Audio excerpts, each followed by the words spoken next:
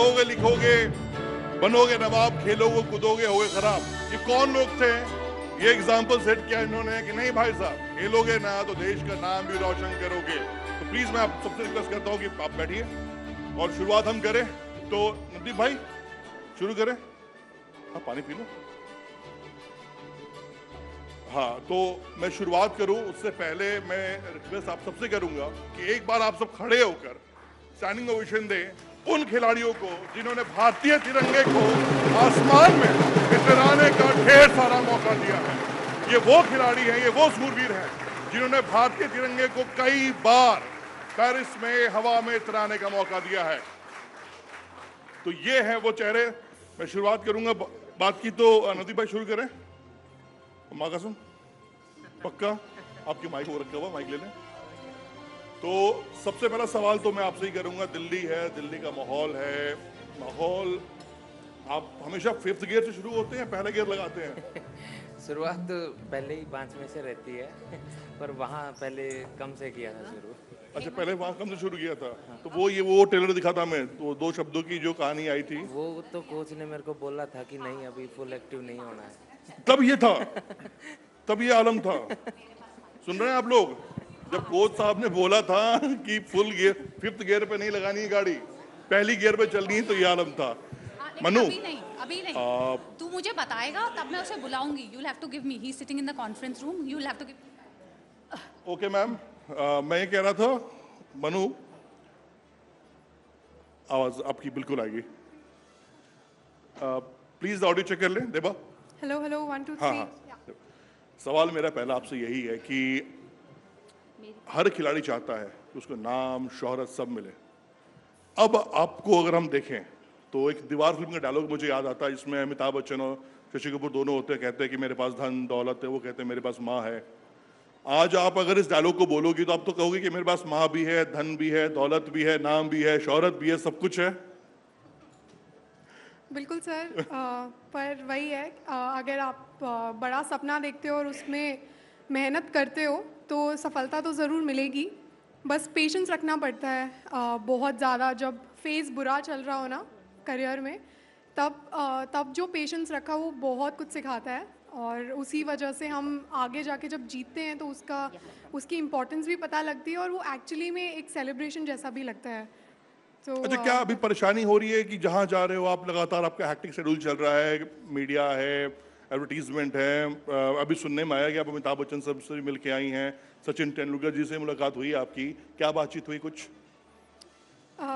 Sir ये भी अलग तरीके की एक लाइफ है, तो जितने दिन हो सकता है उतने दिन मैं करूँगी Enjoy कोशिश। करें इससे। उसके बाद अपना ट्रेनिंग वापस चालू है थोड़े दिन में। तो अब तो बस याद आ रही है मुझे कि वापस कब मैं रेंज पे जाऊँगी। जो बच्चन सर से और तेंदुलकर सर से मैं मिली थी, तो मतलब हमने बचपन से ही उन सबको स्क्रीन पे देखा है, टीवी पे देखा है, एडवर्टाइजमेंट्स में देखा है, और हमेशा इतने इंटरव्यूज़ भी देखे हैं उन सब के। तो उनसे मिलना एक तरीके का इंस्पिरेशन ही होता अच्छा है। वो डायलॉग क्या था प्लीज एक बार न्यूज 18 इंडिया पे दर्शकों के लिए, कि अमिताभ बच्चन के सामने अमिताभ बच्चन को आप उनकी डायलॉग सुना रही हो, क्या था प्लीज एक बार? परंपरा, प्रतिष्ठा, अनुशासन हमारे इस गुरुकुल के 3 स्तंभ हैं, जिससे हम आपके आने वाला कल बता सकते हैं। वाह, परंपरा।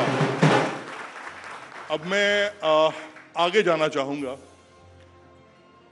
पूर्व खिलाड़ी, वर्तमान कोच जूनियर टीम के, ये जो सफर तय किया आपने चंद घंटों में, अभी तो लोग कहते हैं यार 2 साल 3 साल तो खेलना था ना, पूरे करियर में सब कुछ आपके पास है, ओलंपिक है, एशियन गेम्स है, वर्ल्ड कप की एक ट्रॉफी थी जो आप खेल सकते थे, लेकिन ऐसा कॉल आपने क्यों लिया?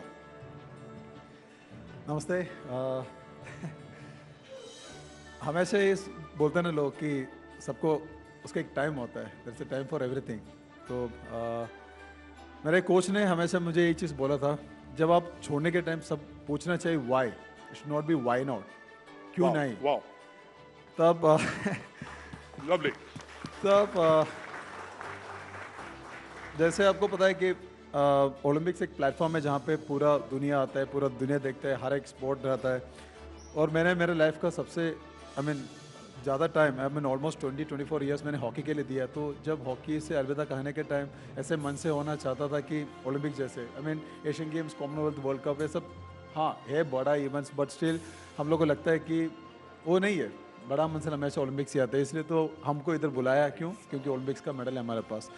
तो डेफिनेटली सबने बोला 2 साल और खेल सकते हैं आप, 4 साल और देख लो, बट मेरे को लगा कि यही सही टाइम है जहाँ से आपको थैंक यू बोलना है।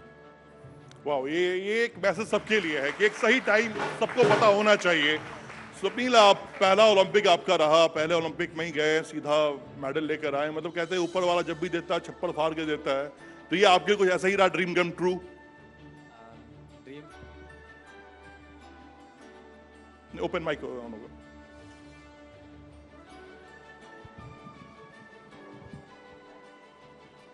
जैसे कि सर ड्रीम अलग है, गोल्ड मेडल लाना, उसके लिए तो गए थे बट वो नहीं मिला, लेकिन ब्रॉन्ज मिला। तो ऐसा है कि नेक्स्ट टाइम जितना भी हो कोशिश करके गोल्ड मेडल लाना है। ये ड्रीम कंप्लीट हुआ नहीं है अभी तक, उसके लिए जितना हो सके हार्ड वर्क करना है उसके लिए। तो अभी ऐसा कह सकते हैं ना, भगवान ने दिया है एक stage closer to that medal, ऐसा बोल के दिया है, तो और भी मेहनत करनी पड़ेगी उसके लिए। बिल्कुल, देखिए ब्रॉन्ज आ गया है, सपना भी साकार नहीं हुआ है क्योंकि उसका रंग बदलना है। पाजी, आपसे मैं जरूर जानना चाहूंगा, क्योंकि आप मनु दोनों सेम इवेंट, मिक्स इवेंट में थे, ये खबर आई कि आप दोनों एक दूसरे को ज्यादा ही प्यार मोहब्बत करते हैं, टीज करते हैं, बहुत ज्यादा छेड़ते हैं एक दूसरे को ज्यादा। ये पढ़ा हो मैंने कहीं कि आप मनु को। नहीं, ऐसा तो कुछ भी नहीं है, बट जस्ट मतलब मजाक ज़्यादा करते हैं एक दूसरे के साथ, एंड इतना ही है, ज़्यादा तो कुछ है नहीं कि एक दूसरे की बेइज्जती कर दी, या बस इतना ही होता है। नहीं, बेइज्जती की तो करनी भी नहीं चाहिए। प्यार मोहब्बत की बातें कर रहा था। नहीं प्यार मोहब्बत। अच्छा, नहीं ऐसा कहीं सुनने में आया कि क्या कहीं मनु और आप दोनों एक दूसरे से वो मजाक ज्यादा रखते हैं, अपने आप को टेंशन, मतलब इवेंट से पहले थोड़ा अपने आप को हल्का करने के लिए तो करते ही करते खिलाड़ी वो है। तो नॉर्मल होता है। अच्छा पाजी, ये बताइए कि अभी लाइफ कितनी बिजी चल रही है? अभी तो बिजी है, अभी फैमिली में फंक्शन थे वो भी अभी अटेंड नहीं कर पाया। तो पहले अभी मुंबई थे, वहाँ पे ओजी के जो मेरे स्पॉन्सर हैं उनका फंक्शन था, वहाँ पे इवेंट था, तो उसके बाद जस्ट अभी यहाँ पे आए हैं।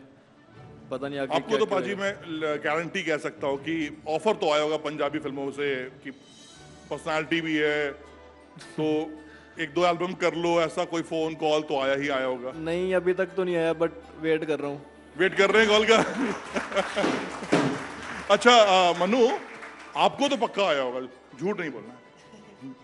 सर हम शूटिंग ही तो करते हैं, बस हमारा मूड अलग है, हमारा सीधा निशाना लगा दिया है उन्होंने। अच्छा, आया कि नहीं आया कॉल कुछ किसी फिल्मों के लिए, एल्बम के लिए? सर मुझे नहीं पता है, मैं तो अपना काम से काम थोड़ा रखती हूँ और जब भी मौका मिले बस हो जाती हूँ। अच्छा, कोई फिल्म अगर सपोज दैट आपके ऊपर एक बायोपिक बनती है तो आप किसे चाहेंगी, कौन सी वो अभिनेत्री हो कि वो रोल आपका कर रही है, या आप खुद करना चाहेंगी? क्या सर वैसे सर वैसे तो उस टाइम पे देखो, मतलब जब तक समय आएगा कि पिक्चर का टाइम आएगा तो आई थिंक तो और लोग आ जाएंगे, तब तक तो बहुत सारे बाकी काफ़ी अच्छे लोग, मतलब काफ़ी वेल नोन और बहुत ही अच्छे एक्टर्स भी हैं, एक्ट्रेसेस भी हैं हमारी इंडस्ट्री में। बट आई थिंक उस टाइम तक तो काफ़ी और आ जाएंगे लोग, बाकी ऐसा हमारा तो कोई इरादा नहीं है। सुजेश भाई, कुछ लोग मुझसे कंसल्ट किए थे आपके लेकर, और अब अच्छा सुजेश के बारे में एक चीज़ मैं बता दूं आपको कि ये गोलकीपर हैं, हमेशा आप देखती हैं कि ये गियर में रहते हैं, पैड पहने रहते हैं, गियर में रहते हैं, तो इनकी शक्ल दिखती नहीं है। ये विराट कोहली और नवदीप के भी गुरु हैं। मैं आपको बता दूं किस सेंस में बता रहा हूँ पाजी। देखो, मैंने बहुत रिसर्च किया है ना, बहुत कहानियां मैंने आपके उन खिलाड़ियों से बात की जो आपकी टीम में खेल रहे थे, तो ऐसे कौन मोटिवेट कराता अपने प्लेयर्स को पीछे खड़े होके इतने प्यारे प्यारे शब्दों के साथ, क्यों? मतलब ऐसे मोटिवेट कौन करता है? मेरे को लगता है कि एक इंडियंस का आदत है, जब तक बाम्बू नहीं मिलता है तब तक तो अपना रियल चीज़ को समझ में, रियलिटी को समझने में थोड़ा टाइम लगता है। आपको पता है कि हनुमान जी को भी कोई बता देते कि आपके लिए हाँ, ताकत है। कितना ताकत वाला है। तो मेरे टीम वालों को ऐसे एक आदत हो गया अभी कि श्री भाई मेरा आवाज़ से पता चला कि मैं कौन सा मोड पे हूँ और वो कौन सा मोड पे खेल रहे हैं। जैसे आपने बोला 5th गियर पे चल रहा है, तो कई प्लेयर को लगता है कि वो 5th गियर पे चल रहे हैं, बट वो शायद 2 सेकंड गियर पे चलता होगा। तब मेरे को पीछे से प्यार से देना पड़ता है कि भाई लोग ये प्यार से 58 पे देना चल- पड़ता या है। प्यार से तो आई मीन आप लोग को लगता होगा कि अरे यार गाली देना बहुत गंदा बात है, बट गाली देना गंदा बात नहीं है, क्योंकि ये समझ सिखाओ ये क्योंकि ग्राउंड के अंदर आप कुछ भी बोलो, आप प्यार से भी बोलो, गाली से भी बोलो, सिर्फ दिमाग को एक ही चीज़ समझ में आता है, यार ये जो कुछ भी बोल रहे जीतने के लिए बोल रहे हैं, तब एक मोटिवेशन है। तब सेकंड चीज़ ऐसे होता है कि जब ज़्यादा आई मीन एंग्री होके या गुस्सा से हम लोग चिल्लाते रहे, तब उसको पता चलता है यार मेरे कुछ ज़्यादा गड़बड़ कर रहे हैं, मेरे को सही खेलना है। और जब उसको सुनने में सुनाई देता है कि यार कोई बात नहीं बेटे कोई बात नहीं, तब उसको पता है कि हाँ यार कोई ठीक चल रहा है, इसलिए तो प्यार से बोल रहा है। एंड सेकंड चीज़ ऐसा है कि हम ग्राउंड में उतरने के टाइम आप लोगों को लगता होगा चले यार मजाक में खेल रहे हैं, बट एक रिस्पॉन्सिबिलिटी है। हम लोग पूरा देश के लिए उधर ग्राउंड में उतर रहे हैं, वी आर एन एम्बेसडर। हम जीते तो कोई नहीं बोलता है कि अरे श्रीजेश जीत गया या श्रीजेश हार गया, सब बोलता है कि इंडिया हार गया। तो एक काइंड ऑफ रिस्पॉन्सिबिलिटी हमारे लिए। तो ऐसे गोलकीपर जब मैं पीछे खड़े रहता हूँ गोल पोस्ट में, मुझे हमेशा फील होता है कि मैं एक कोच हूँ, तो मुझे मेरा प्लेयर के साथ कोच वाली कम्युनिकेट भूमिका करना तो आपको मिली गई है, और देखेंगे कितने आप प्यार से डील करते हैं टीम को। नदीप, आप जब अपने आप को मोटिवेट करने के लिए कौन कौन से गाने सुनते हो? वैसे तो काफ़ी सारे हैं, पर पहला गाना जो मैं सुनता था मोटिवेशन के लिए वो चक दे इंडिया। चक दे इंडिया। जो निशाने पे रहते हैं वो निशाने से नहीं डरते। आप इनको जब मैदान पे हम देखते हैं तो अभी श्रीजेश ने कहा था कि मेरे को तो दौड़ना भी नहीं पड़ता, मैं एक गोलकीपर हूँ, लेकिन आपकी निगाह में दोनों तरफ बाज बैठे होते हैं। बाजी खिलाड़ी झूठ नहीं बोलता, ये झूठ बोल रहे थे, मैंने इनको देखा है। ये साफ छोड़ के लास्ट मोमेंट में वो उधर के डी पे पहुंच जाते हैं, ये उधर की डी पे पहुंच जाते हैं। सही है ये गलत? उड़ाइए माइक। आप पहुंचे कि जर्मनी वाले मैच में? बताइए मुझे बताइए, जर्मनी वाला मैच याद करिए, आप कहाँ पहुंच गए थे? नहीं, देख नॉर्मली लास्ट मैच खत्म होने के बाद आपको एनर्जी की कोई ज़रूरत नहीं है, तो आप भाग भी सकते हो, बट पूरा मैच के लिए तो आपको एनर्जी सेव कर रखना है। बट डेफिनेटली आपको इंटरनेशनल मैच खेलना है तो फिट रहना है, तो उसके लिए थोड़ा दौड़ना और जिम करना तो पड़ता ही है। हाँ जी, हाँ जी, थैंक यू वेरी मच। तालियां, बहुत अच्छा। Thank you sir, thank you. हाँ जी, अभी वहाँ जाना कि यहाँ? नहीं पाजी, आप जहां मन हो वहां जाना है, लेकिन आप हमारी तरफ आओ उधर। आ जाओ पाजी, इधर आ जाओ। और आप तो जब ये आया करे तो थोड़ा सा इनको मुस्कुरा के बोला करो ना, बाजी है, मूड बनाते हैं ये अपना। आइए बाजी। बाजी मैं कह रहा था ना, मनु भाकर बहुत देर से देख रही थी, आप हले हौले से तो दो लाइन गुनगुना दी मैं ना। अभी वो मूड नहीं बना? वो उसका भी मन आएगा। अभी थोड़ा मैं तत्ता हुआ बैठा हूँ। अच्छा, यानी तत्ता का मतलब समझते हैं अपने? नहीं बाजी। अब इनको देख के ना हाँ, मन नहीं भर रहा है। मेरा जो एक स्पोर्ट्स पर्सन का, मैं स्पोर्ट्स पर्सन अपने आप को जानबूझ के बार बार एम्फेसाइज नहीं कर रहा, वो आज भी वही मादा है। मेरे रियाज करने के जो तरीके हैं, एक minute, can I see my person 145? मैं इनके सामने थोड़ी देर पहले कहा था, ये म्यूजिक बंद कर सकते हैं? हाँ बाजी, बंद कर देंगे, बिल्कुल बंद देंगे। तब तक आप मूड बनाओ। एक सवाल तब तक तुम पूछ लो, मुझे लग रहा है तुम्हें पूछना चाहिए कुछ। नहीं, बहुत कुछ पूछना है मुझे। हाँ तो पूछो ना। अब देखो, अच्छा, ये तुम हर चीज पूछ लेना, लेकिन ये एक सवाल मत पूछना। लव, शादी, ब्याह, ये सब ना पूछना। बाकी जो मन में आया तुम सब पूछ सकते हो। हाँ जी, पूछो। नवदीप, क्या आपको लव हुआ किसी से? किसे? चलिए, अच्छा नहीं माइक उठा लीजिए। अच्छा ये बताइए, आपको अपने कोच पे भरोसा नहीं है? नहीं है कि नहीं? हाँ या ना? नहीं सर, देखो भरोसा तो था, लेकिन माँ कसम क्यों खिला रहे हो कोच पर को? उन्होंने ऐसा कमाल मेरे थ्रू कराया ना, मेरे को अपने ऊपर नहीं भरोसा हो रहा क्या था बात कि कर सर रहे ये हो? मैंने ही किया है। तो पहले मुंह से ही निकला माँ कसम खा के बताओ। हाँ, तो मैंने देखा नहीं ना, तो मेरे को यकीन नहीं हुआ कि अरे नहीं सर ऐसे थोड़ी ना हो सकता है। तो अच्छा, इनके कोच, असल वाले कोच जो है ना, वो श्रीजेश है। उन्होंने पहले ही बोल दिया। नहीं, वहां पे जो होता है ना, भाई, वो सिर्फ श्रीजेश जी की कहानी बहुत अच्छी है। ये दुनिया के पहले ऐसे खिलाड़ी हैं जो अगर इनके ऊपर वो हेलमेट नहीं है, गियर नहीं है, तो आपको लगेंगे बहुत शांत, कितना सुशीला आदमी बैठा हुआ है। सिर्फ आप हेलमेट पहनाओ, भाई साहब जो एग्रेशन निकलेगा ना, 100 विराट कोहली भरे पड़े हुए अंदर ये आदमी। ये आपको हल्के में दिख रहे हैं? आप देखिए, इनसे पूछिए ना, इनकी बेटर हाफ इनको कहाँ पे मिली थी, कैसे मिली थी और कितना पुराना था, बताएंगे ना? ये अभी तुरंत बता देंगे। बताइए हुजूर। देख, बचपन में हम लोग गलती बहुत करते हैं। बाजी घर नहीं जाओगे ऐसे? मैंने कहा ना, कुछ चीजें चैप्टर बदलने पड़ेंगे। हाँ, घर नहीं जाओगे ऐसे? नहीं, अच्छा है कि ये चैनल और हिंदी में मेरा बीवी देखता नहीं, इसलिए तो मैं कुछ भी बोल नहीं, सकता हूँ। इंग्लिश में भी चाहिए। Don't worry, digital news 18 India जो है ना वो काफी पॉपुलर है, वो बना के ना मैं आपको वहां तक पहुंचा दूंगा। लेकिन टेल मी, क्या देखा, क्या हुआ, फिर कैसे हुआ, प्लीज। देख, मेरे बीवी को मैंने पहले बार स्कूल में मिली थी। I mean Jivraj sports school में मेरे क्लासमेट थी 9th स्टैंडर्ड में, और मैं पढ़ाई में भी अच्छा था, इतना भी अच्छा नहीं था कि, बट स्टिल अच्छा था, और टीचर्स का पेट था उस टाइम। और मेरा वाइफ आ गया, स्कूल में ज्वाइन किया, और सडनली उसने टेक ओवर कर दिया मेरी जगह, और जो दुश्मनी शुरू हो गई, दुश्मनी से प्यार में कन्वर्ट हो गए, प्यार तो शादी में हो गया, उसके बाद तो आपको सबको पता है। अजी पूरा फिल्मी है मामला। अच्छा मनु, आपको कभी गुस्सा आता है? आता है सर। तो कैसे, मतलब एग्रेशन कैसे निकालते हो आप? मतलब कुछ बोलना मत, मतलब कैसे निकालते कैसे नहीं, हो? मैं ऑनेस्टली मुझे वो बचपन में बॉक्सिंग करती थी ना, तो पंचिंग की बहुत आदत है। तो मैं या तो पंच, बट यूजुअली जब नॉर्मल जगह पे होती हूँ, सोशल जगह पे होती हूँ, तो I just tell myself breathe, बस, और ऐसे अच्छा, ही निकाल एंटरटेनमेंट देती के लिए हूँ। क्या कर रही है? जैसे अभी तो आपका चलो बहुत टफ टाइम चल रहा है गेज, लेकिन क्या करो फ्री टाइम में अगर मिल रहा है? जैसे आपने कहा था कि मुझे वायलिन बजाना बहुत अच्छा लगता है, घुड़सवारी करनी आपको शायद सीखनी है, तो उसके लिए टाइम निकल पा रहा है? कहीं कोई बातचीत हुई है? बातचीत तो हुई है, पर टाइम नहीं निकल पा रहा है। वाह, बहुत बढ़िया है। और बारिश का मौसम है, बारिश के मौसम में घुड़सवारी नहीं होती। अच्छा, तो अभी डाइट भी आपने थोड़ा छेड़ा है कि आप लोगों ने, मतलब बारिश हो रहा है तो पकौड़े शकौड़े थोड़ा खा पी लो? नहीं, पकौड़े नहीं खा रहे हो? नहीं खाती।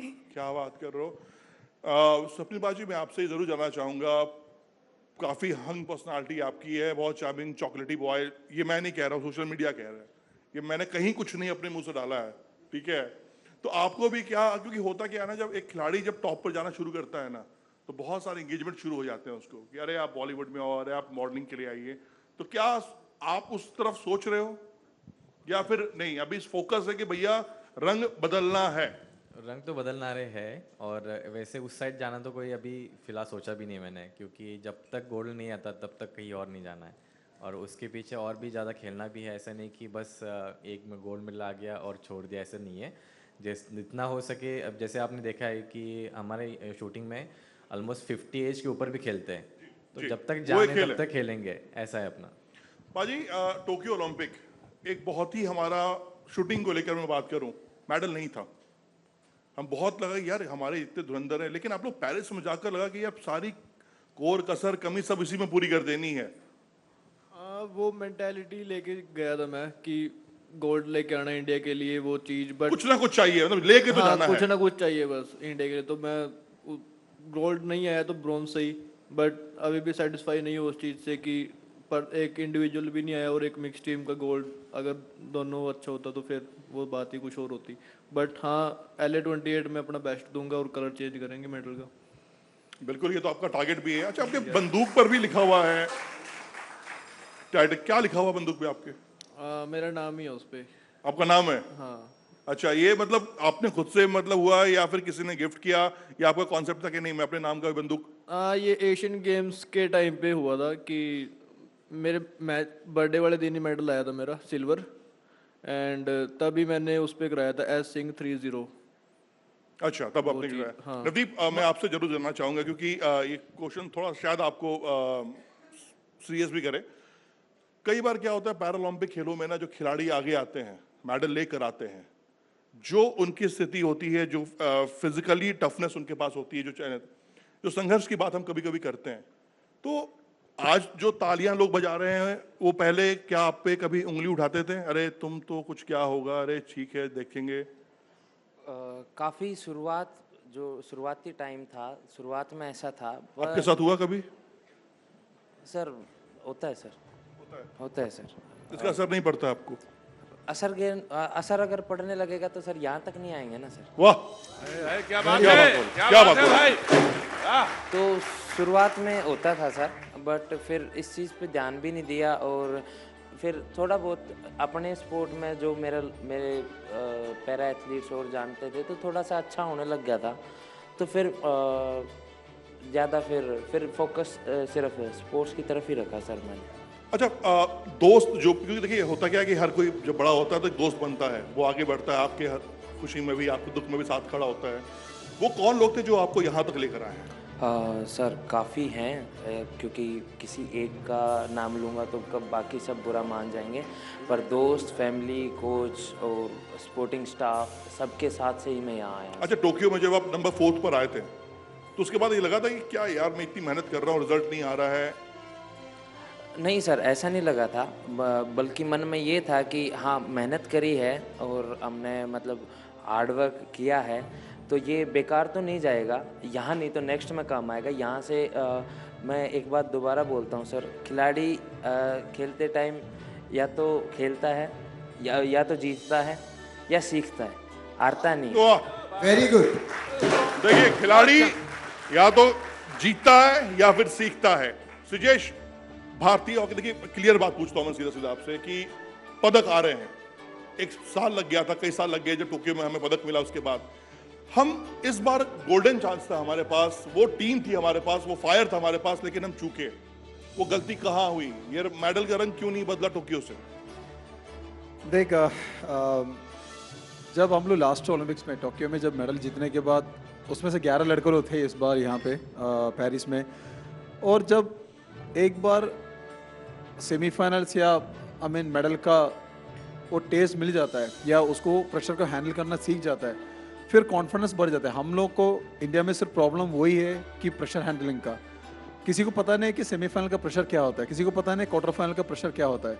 जब वही पहुंच जाते हैं तो सडनली ऐसा लगता है कि एक अलग से दुनिया में पहुंच गया, फिर वो जगह को समझने में टाइम लग जाता है। तो मेरे हिसाब से इस बार वो चीज़ ईजी था, क्योंकि सबको पता था कि सेमीफाइनल का प्रेशर क्या होता है, उसको कैसे हैंडल करना है। बट मेरे को लगा कि इस बार सिर्फ एक ही इंसिडेंट हुआ क्वार्टर फाइनल में, जब एक प्लेयर को रेड कार्ड मिला, और सेमीफाइनल्स में हम लोग एक बंदा कम से खेला। कि ओलंपिक्स में सेमीफाइनल 15 लोगों से खेलना मतलब थोड़ा टफ है। मेरे हिसाब से वो एक प्लेयर का कमी मेरे हिसाब से कहीं ना कहीं हमारे ऊपर नेगेटिवली इफेक्ट किया। बट नहीं तो इस बार तो उम्मीद इतना है तो कि यार पिछले बार से टोक्यो से अच्छा वाला मेडल लेके आना है। ये खेलों की तुलना की जाती है, वो होती रहेगी, आप मानो या ना मानो। जैसे हॉकी की तुलना हम क्रिकेट से करते हैं, क्रिकेट में एक नया बेंच स्ट्रेंथ तैयार हो चुका है। आपको लगता है कि हॉकी में यार ये तो बहुत मिसिंग है, मतलब ग्रास रूट लेवल पर हॉकी बहुत ही वीक है, अगर मैं कहूँ तो शायद आप बुरा ना माने? देख, हॉकी या बाकी स्पोर्ट्स कैसे डेवलप होता है, बच्चा लोग को इंट्रोड्यूस करा दो, बच्चा लोग खेलो, बच्चा ही तो आगे आने वाला है। वही लोग तो वही क्रीम है, उसी में से टैलेंट को ढूंढ के निकालना है। तो बच्चे लोगों को स्पोर्ट्स में इंट्रोड्यूस करने के लिए हम लोग ग्रास रूट पे गेम खिलाना पड़ता है। उसके लिए गवर्नमेंट का सपोर्ट चाहिए, हर एक स्कूल में स्पोर्ट्स चाहिए, वो स्पोर्ट्स स्कूल के लिए कंपटीशन चाहिए, और वहाँ से टैलेंट आइडेंटिफाई करने के लिए कोचेस चाहिए। तो मेरे हिसाब से हम ज़्यादातर टॉप लेवल पे ज़्यादा काम करते हैं, बट हम लोग को वैसे उधर भी देना है डेफिनेटली, बट स्टिल हम लोग को ग्रास रूट लेवल भी काम करना है। मनु, मैं आपसे ये जानना चाहूँगा कि आपने कहा था कि कुछ आप गीता के श्लोक वगैरह पढ़ती हैं जो आपको काम रखता है, जो आपको फोकस रखता है, वो कौन सा श्लोक है? अगर आप सर वैसे तो बहुत सारे पढ़े हैं, पर सबसे ज़्यादा काम हमेशा आता ही है शूटिंग करते टाइम भी, जिसको मैं हमेशा अपने आप को याद दिलाती हूँ कि बस अपना काम अच्छे से करो, पूरी निष्ठा से अपना काम करो, फल की चिंता मत करो। अगर प्रोसेस अच्छा होगा तो रिज़ल्ट अपने आप अच्छा आ जाएगा। तो बस मैं वही जब मैं शूट कर रही होती हूँ तब भी मैं अपने आप को वही याद दिलाती हूँ कि काम ढंग से करो, अच्छे से करो, पूरी एनर्जी काम पे लगाओ, फिर रिजल्ट जो भी आए उसको एक्सेप्ट करो। अच्छा, आप ये भी सुनने में आता है कि आप गाने भी गुनगुनाती हैं, तो 2 लाइन अगर आप गुनगुनाएं, मतलब आप पाजी को डेडिकेट करें वो गाना, अगर 2 लाइन, तो कौन सा गाना है जो मनु को बहुत पसंद है? मनु 2 लाइन तो गुनगुना सकती है। सर मैं गाना तो नहीं गाती हूँ, आवाज़ तो बहुत अच्छी आपकी है।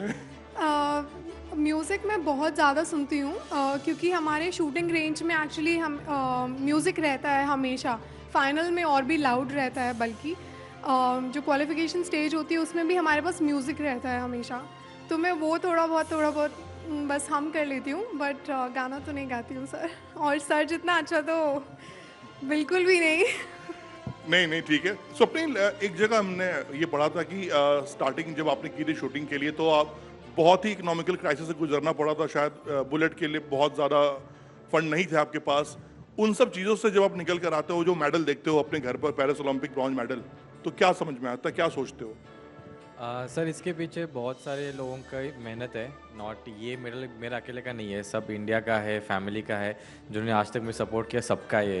तो ऐसा है कि जो पीछे मेरे लोग हैं उनका कभी नाम नहीं आता आगे, क्योंकि वो कभी चाहते भी नहीं कि हमारा नाम आए, क्योंकि उनका कहना है कि बस तू खेलता रहे, बाकी हम कर लेंगे। तो आई थिंक ये बस मेरा अकेला का मेडल नहीं है, सब लोगों का है जिन्होंने आज तक बिना आगे आके मुझे हेल्प की है।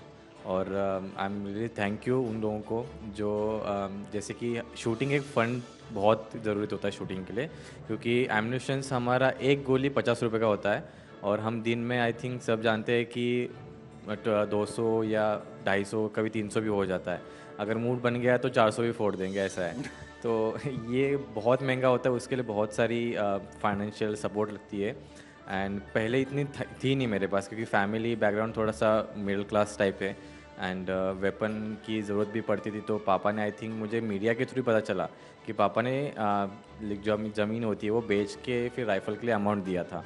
तो आज तक उन्होंने कभी बताया नहीं मुझे कि ये सारी चीज़ें घर पे हुई है और क्या वो किस तौर से गुजरे हैं।